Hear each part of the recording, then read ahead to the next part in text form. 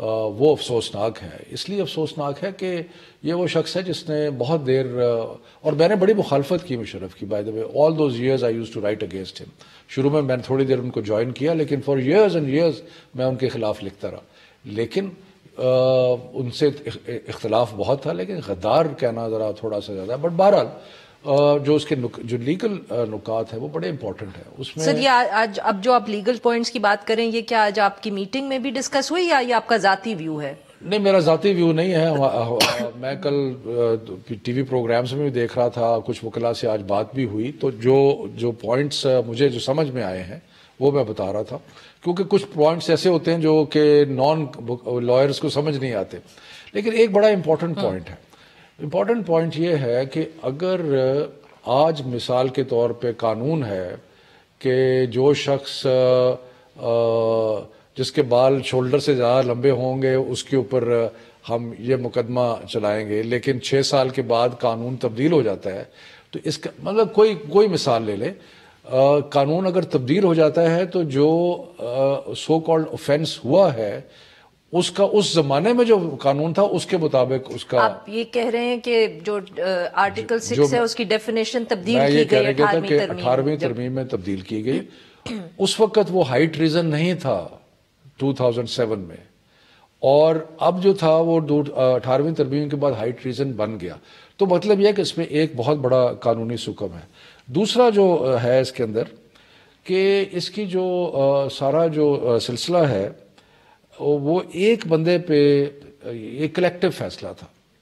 اس فیصلے میں میرا خیال ہے کہ عدلیہ نے بھی اس کو انوالو, کچھ لوگ انوالو ہوئے, اس میں ان کے کیبنٹ کے انوالو ہوئے, اس میں فوج کے جو اس وقت لوگ تھے وہ انوالو ہوئے. سو بے شمار. تو یہ ہائی ٹریزن اکیلا ایک آدمی نہیں کرتا, تو ہائی ٹریزن جو ہے وہ سارے مل کے کرتے ہیں. سر اس کے اوپر کچھ لیگل ایکسپرٹس ہی ٹیلی ویژن پہ یہ کہہ رہے تھے کہ اگر آپ کے خیال میں اکیلے آدمی نے نہیں کیا, حکومت کے خیال میں, تو اس وقت حکومت آپ کے ہاتھ میں ہے, آپ لوگ فیصلہ کر لیں اور ان کے اوپر ٹرائل کر لیں. اس کا یہ مطلب تو نہیں ہے کہ جو انوالو تھا اور جس کی شاید اگر گلٹ اسٹیبلش ہو گئی ہے تو آپ کہیں کہ یہ بھی آگے نہیں چل سکتا کیونکہ باقیوں کو نہیں پکڑا گیا. بات یہ ہے کہ ہمیں قانون سے تعلق ہے ہمارا. انگریزی میں کہتے ہیں we are a country of laws. کئی دفعہ لا جو ہے نا, وہ لا کے بارے میں بہت کچھ کہا جاتا ہے کہ law is an ass an idiot, because law جو ہے وہ براڈر ریالٹی کو نہیں دیکھتا. لا ایک بڑی اسپیسیفک چیز کو دیکھتا ہے. تو اسپیسیفک چیز جو ہے وہ میں آپ کو پوائنٹ آؤٹ کر رہا ہوں. یہ نہیں کہ ہمیں کوئی مطلب کسی کا کیس لڑ رہا ہوں, میں صرف اسپیسیفک چیزیں پوائنٹ آؤٹ کر رہا ہوں. تو اس لیے اور اس کے بعد وکلاء نے کل کہا ہے اور میں نے بھی سنا کہ 342 کا ایک بیان ہوتا ہے جو کہ اکیوز کو, اور اس میں اکیوز جو ہے وہ چارج کے ہر شک کو کرتا ہے. تو غرض یہ ہے بجائے بہت سارے ڈیٹیل میں جانے کے کہ ہم بہت سارے وکلاء کا خیال یہ ہے, اور میں کل سن رہا تھا, اعتزاز احسن صاحب کو سن رہا تھا, باقی لوگوں کو سن رہا تھا کہ اس میں قانونی سکم جو ہے وہ بہت زیادہ ہے. اعتراض بالکل صحیح آپ نے جیسے کہہ کہ وہ ہے, اور پروبیبلی اٹارنی جنرل ان کی بات کریں گے, پر یہ جو پوائنٹ ہے جو آپ نے بھی ریز کیا اور بھی لوگ کرتے رہے کہ اور لوگ بھی کلیبوریٹرز بھی تھے, ان کا ٹرائل نہیں ہوا. اب یہ فیصلہ تو حکومت نے ہی کرنا ہے کہ کیا آپ لوگ ان جو کلیبوریٹرز تھے جن کا آپ نے بھی ذکر کیا, جن کی کلیکٹیو یہ فیصلہ تھا, کیا آپ لوگ ان کو بھی ٹرائی کریں گے؟